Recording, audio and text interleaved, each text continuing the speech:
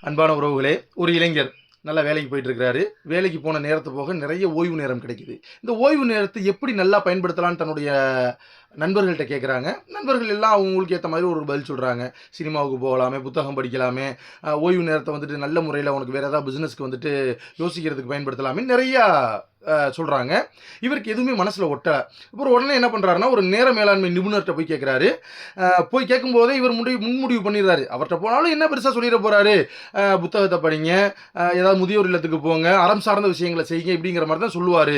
அப்படின்ற நினைப்பிலேயே அவர்ட்ட போய் கேட்கிறாரு.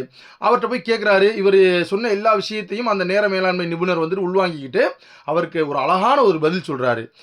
ஒண்ணும் இல்ல தம்பி, அதாவது ஓய்வு நேரத்தை நீ மேலாண்மை செய்றது எப்படி அப்படின்னா, வேற ஒண்ணுமே இல்ல. உன்னுடைய ஓய்வு நேரத்தை வேற யாரும் தவறாக திருடிவிடக் கூடாது.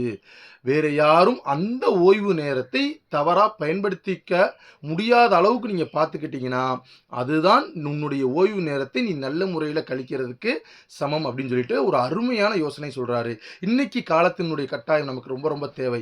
நம்மளுடைய ஓய்வு நேரத்துல வேற யாரும் தவறான முறையில இன்ஃப்ளூயன்ஸ் பண்ணிட்டாங்க அப்படின்னு சொல்லி சொன்னா, நிச்சயமா அது நமக்கும் கேடுதான். அதே சமயத்துல நம்மளுடைய ஓய்வு நேரத்த நாம நல்ல முறையில பயன்படுத்துறோம் அல்லது அடுத்தவர்களுக்கு அது பயனுள்ள வகையில பயன்படுத்தப்படுது அப்படின்னு சொல்லி சொன்னா, அதுதான் மிக சரியான ஒரு ஓய்வு நேரத்தை மேலாண்மை செய்யக்கூடியதாக இருக்கும். நன்றி உறவுகளே.